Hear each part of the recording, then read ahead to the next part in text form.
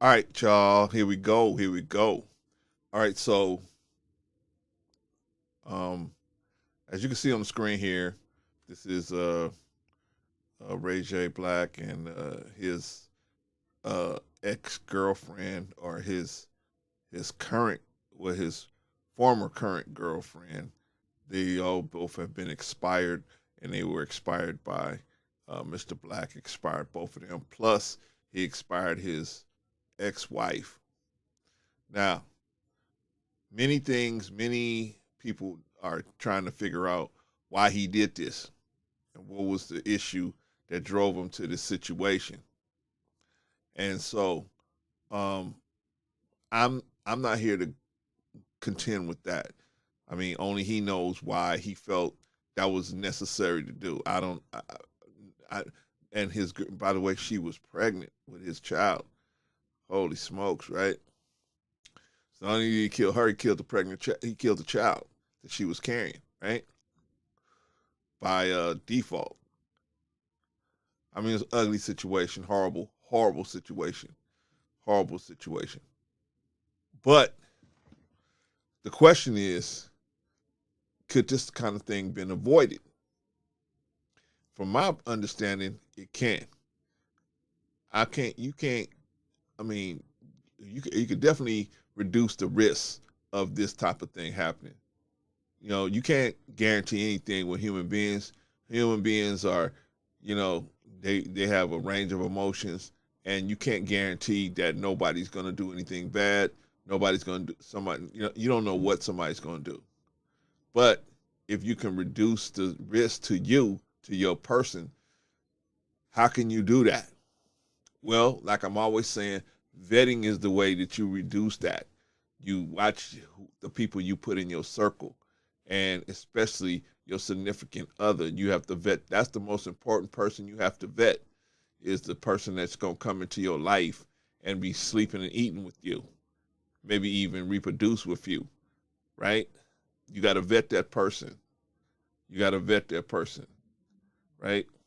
There's some things you got to consider. Now, I'm just gonna make a little list, because I know y'all don't want me to take a long time, so I'm gonna make a little list. And then, so how do you get around stuff like this? Number one, you got to look for mental illness. You got to look for mental illness. How, bro, Clarence? How can you look for mental illness?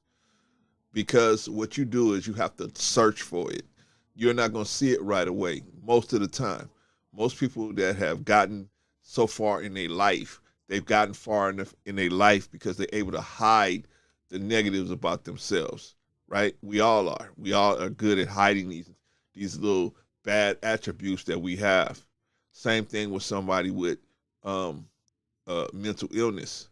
They get good at hiding and pretending that they on the same page with everybody, and they really not. So you got to look for it. How? What are you gonna see? What do you? How do you look for that, Clarence? How do you look for that? You look for it in broken logic. You when you see them doing things that don't make any logical sense, or what I say is blatant incompetence. When you see blatant incompetence, you see that they are incompetent, and you saying, why is this person just not has a low competency on regular stuff? Then that should open your eyes and say, there might be something here.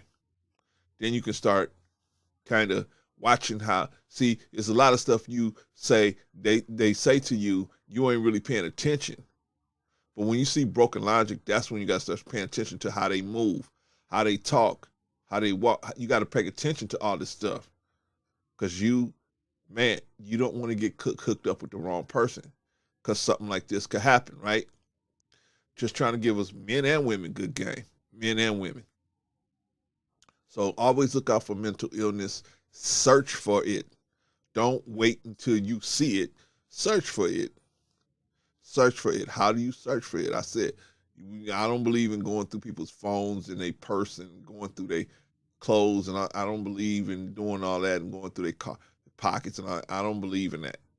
So that's not how I would tell somebody to do it.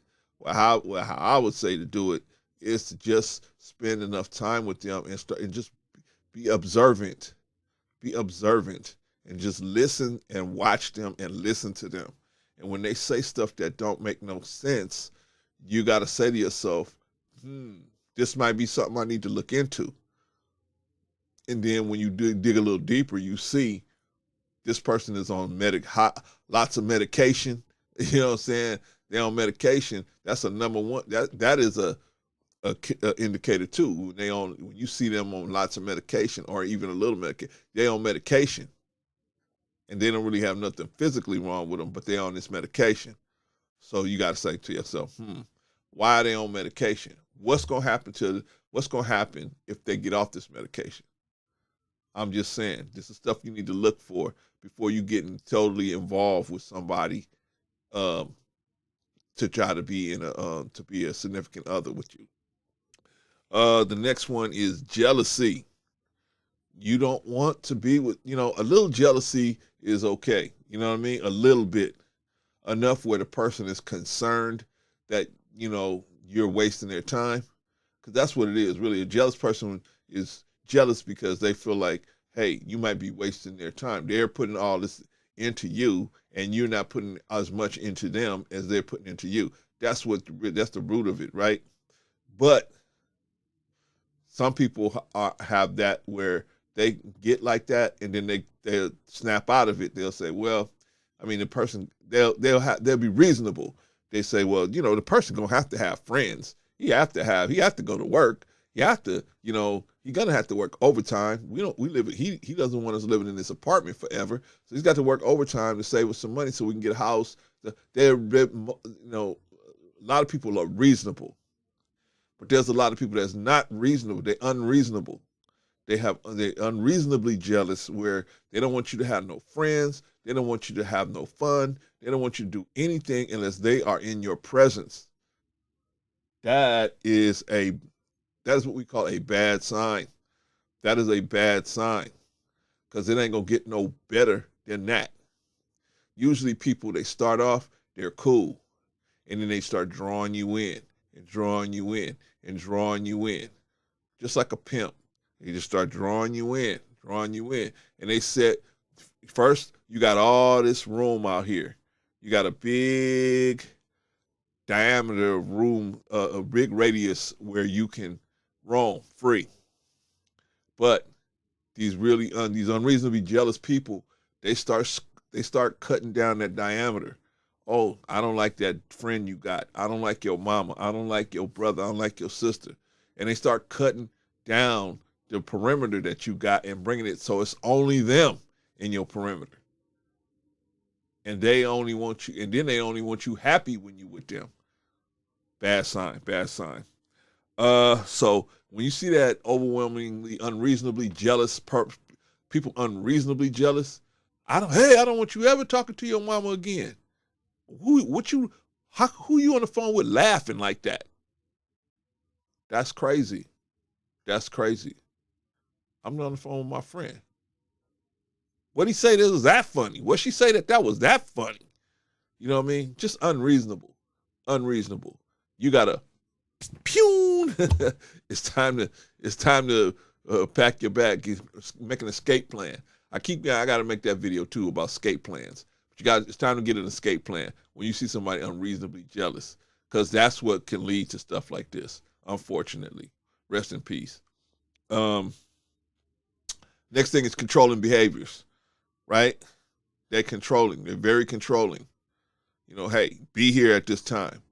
Okay, I will. I'll try to be here.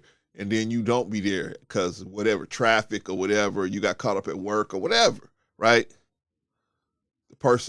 The dude is ready to go bananas. What? He go bananas on you. You're like, I ain't never seen you act like that before, right? So you just go bananas. And you're like, what? I just was late. I'm just like 10, 15 minutes late, maybe a half hour late. What? Why are you tripping? I told you not to do it. And they just unreasonably controlling. You see, these people ain't reasonable. You know what I'm saying? They ain't reasonable. And we see these red flags, but we don't deal with it. Why? Because of this person, a lot of times they have passion in the bedroom. So we let that go as passion. but it's not passion. It's really mental illness. It's social illness because they should be socially able to accept certain things that a person, this is not a computer. We are people. There's things going to happen. On the way home, there's going to be traffic, right? I might have to stop at the store. I might stop at the gas station. I mean, the things come up. That's the reality of life as a human being. But these people don't look at it that way. They don't have the social, they ain't able to accept the social situation where things may come up and we can't be exactly here at exactly this time. It's crazy. So you got to watch that, because that can also develop into something crazy. I'm just giving you the red flags you need to look for. If you see any of these red flags in your relationship, it's time to take a good hard look at it and try to make an escape plan if that's, before, something like this happens. Because we don't want this to happen to nobody, man or woman, right? But see, stuff like this happen because people don't look for red flags. They take most red flags they take as, I'm going to excuse these red flags because this person is so passionate in the bedroom. But, hey, being like that could cost you your life, as this lady found out. Being like that could cost you your life. Not ignoring these red flags can cost you your life. Next thing is isolation. Isolation. They isolate you. Hey, I don't want you talking to nobody but me. What? See, they're unreasonable. But I got to go to work. I don't want you talking to nobody, no man at work. I don't want you talking to women at work. All right, or vice versa. I don't want you talking to no women at work. What? But if you got to talk to a woman at work, let another man do it. They're unreasonable. They're unreasonable. They don't understand socially. Hey, I'm going to have to talk to people of all colors, people of all genders, people of all nationalities. I might have to talk to anybody. I can't say, I can't talk to you because my wife don't want me to talk to you. But see, they don't think about it. It doesn't make sense to them. I can't talk to you because my husband don't want me talking to no men. They don't socially, they have a mental illness, a block, because they're so ill mentally that they can't rationalize in a social setting. You can't decide who's going to talk to you. Somebody of another race might come up and talk to you. Somebody of another gender might come up and talk to you.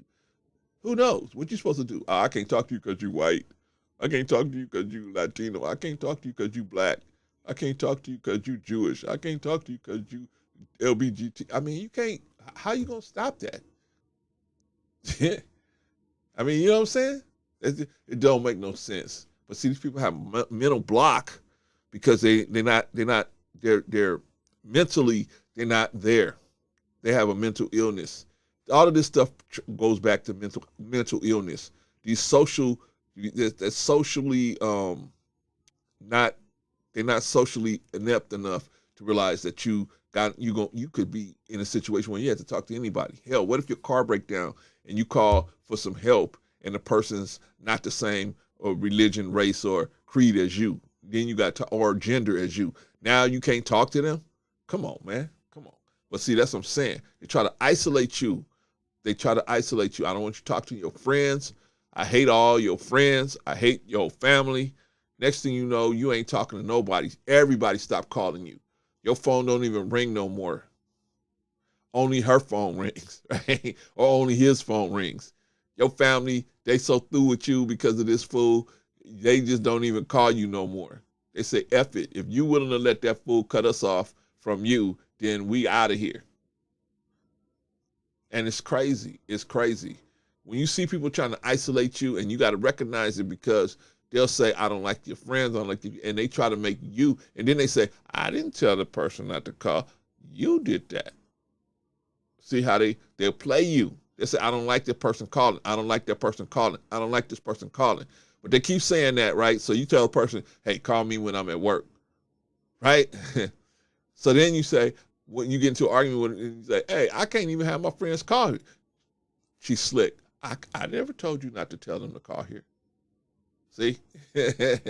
People set you up. So you got to understand. You got to understand mentally what's going on. When you see people trying to isolate you, they trying to take you someplace where you ain't got gonna have no support if something go bad. A person that really love you is gonna always want you to have your family support. If your family is with you on your team and a positive influence in your life, they're gonna want your family to be there for you. But a person that don't love you like they supposed to, they ain't gonna want your family around because they got a mental block, and they feel like they should be your only like China. You got to be. I'm gonna be your only view of the world. Everything you see is through my eyes. I'll tell you what you need to see. I'll tell you what you need to say. I'll tell you how you need to dress. I'll tell you where you need to go and what time you need to be back and who you can hang out with. The isolation. But see, a lot of these people, they so slick, they can do this stuff by degrees. You won't even see it. You won't even see it. It happens so subtly, you won't see it. And by the time you finally see, you realize, damn, nobody calls me. And I don't get no calls no more. I don't have no, I can't go on Facebook because he told me or she told me I can't go on Facebook. So I can't go on Facebook.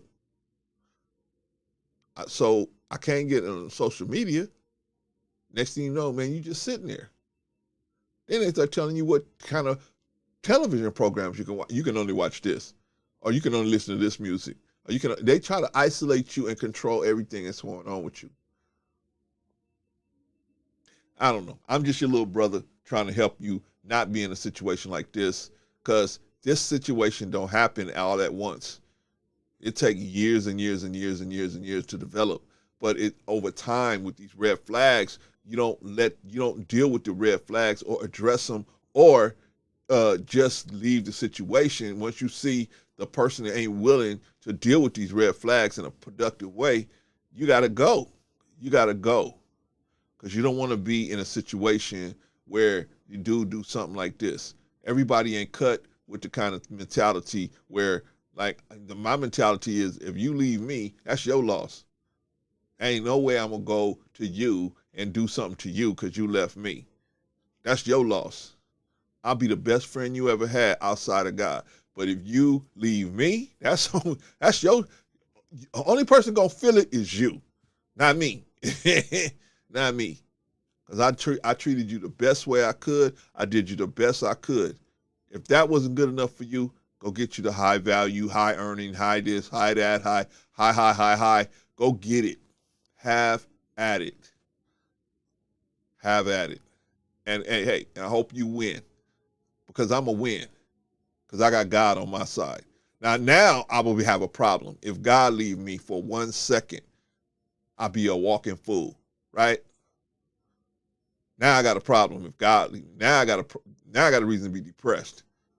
But just another human being walk away from me after as good as I treated them, have at it. Adios, sister. Have at it. Have at it, man. I'm too rooted in this. I'm too rooted in the God of the universe, man, to be I don't want nobody to go. If I love you, I don't want you to go. But if you go, you go. Because what can I do? You can't control what somebody else is gonna do, man. You just can't control it. Some people gonna stay in your life, some people gonna leave your life. Some people gonna be here for the long haul, some people not. Some people you thought was gonna be here for the long haul, some people they're gonna be gone. Some people you thought was here for the short haul, they're gonna stick around. It just depends. But you gotta know where people coming from so you can decide whether they need to be around, they need to be in a circle or not. Right? All right, let me finish this list. Physical violence. Physical violence. If you experience physical violence, it is time to go. That is a non-negotiable. Physical violence is a non-negotiable. If somebody is physically violent to you, let them figure it out with somebody else.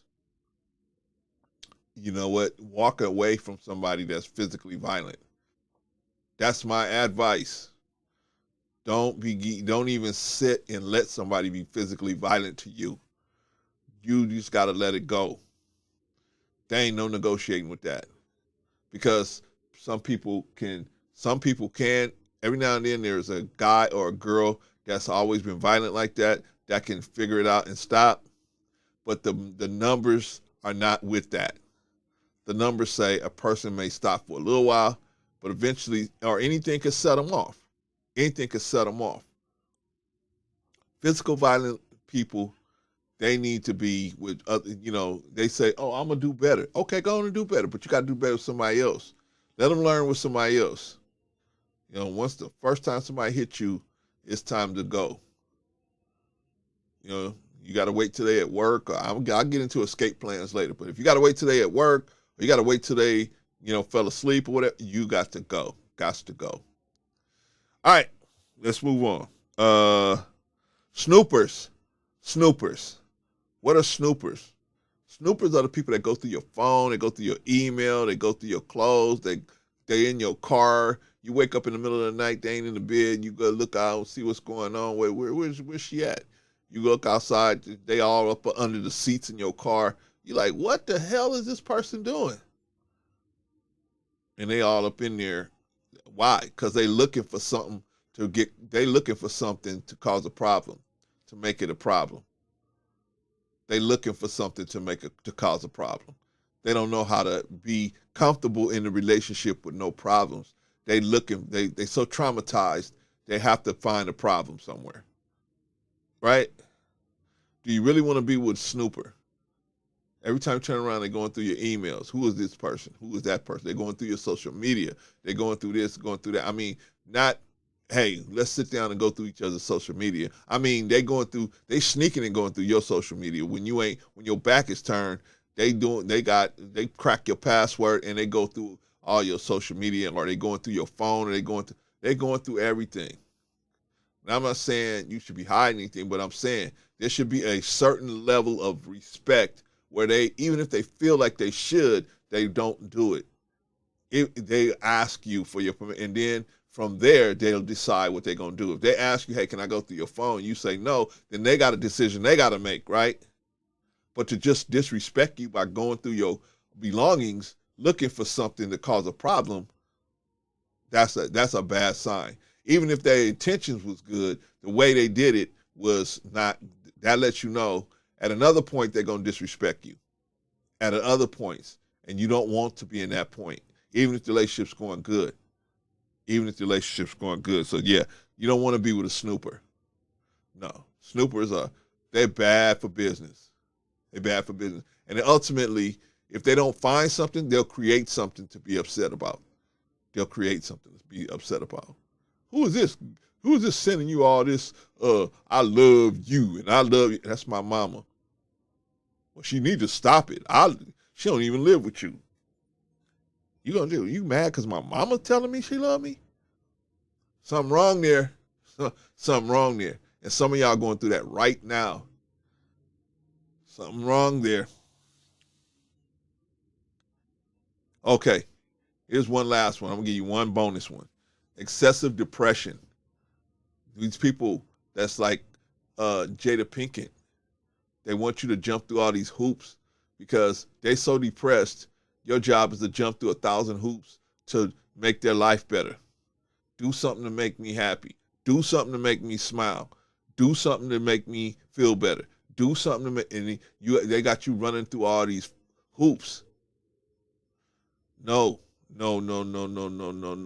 People, we're human beings. We will become depressed from time to time. Depression is a normal thing. It is a normal thing. It is the cross between what we want to happen and the reality that's going on. When those two things intersect, sometimes it can cause depression because our desire and what the reality is might be a lot of, really different. That gap, it causes the depression, right? We want our desires to be fulfilled at all times, but sometimes our desire and the reality is different. For example, this man wanted something. I guess I don't know what he wanted, but he wanted something, and it wasn't that way. That put him in a depression to the point where he felt like, I have to take action because I'm so depressed. I need to alleviate this pain, even if it means taking other people's lives, right? I need to alleviate this pain. You don't want to be in a situation where somebody's that depressed. How do you see depression? Depression is a lot easier to notice because people they're just in a bad mood all the time, right? They're always in a bad mood. Hey, what's going on? No, like what? And you living with this person. You living with this person, man. You got to deal with this person, and then the person that's always depressed is always looking to you to try to make them undepressed. Like it's your job to undepress them. No, it's your job to go get some help, go get some counseling. If you can't listen to me and I can't help you, then you need to go get some counseling. But no, they looking at you to say to you, hey, then they get mad with you. They get angry with you because you're not as invested in their depression as they are. Because you can't be. You got work. You got to go to work. You got different things you got to do. Can't sit around being depressed all the time. But they can, see, because they got somebody like you enabling them. No, let them people that's really depressed like that, they excessively depressed, let them go. If you can't help them, when I mean help, I mean you ain't no psychologist, you ain't no clinician. If you can't talk them into going to get some help and they won't go get it because they say, I don't need that, I ain't going to, well then it's time to set up an escape plan. Now I will get into escape plans later, but yeah, it's time to set up escape plans. Anyway, I set you up, just gave you 7 red flags that you can look for so that you can hit the road or make a decision what you're going to do or create an escape plan, something, because you don't want to end up here. All of these 7 things I said can have you end up here. It might not be year 1, might not be year 2, but at some point when the person gets told to the point where one of these signs or multiple of them put so much pressure on them that they in so much pain, they get to the point where they feel the only way I can alleviate this pain is terminating that person that I believe is causing me the pain and then terminating myself as well. See, that's when they get to that point, but you never know when they get into that point. That's the problem. That's why vetting is so important. Vetting is so important. And vetting, to me, simply means looking for red flags so you can address them. You can either address them or you can make a decision that this is unacceptable for you to be in a relationship with them. All right, y'all. I tried to give you some insight a little bit more. But like I said, if you need any more insight, but I know all of y'all, a lot of y'all, especially y'all youngsters, y'all know it all already. Y'all gonna figure it out on your own. Okay. Hopefully you don't end up in this tragic situation. But if you got some sense, you'll listen to the old man. I already got the knots on my head to tell you how to avoid this situation. Anyway, peace to all of y'all, and never be the aggressor, brother. Never be the aggressor.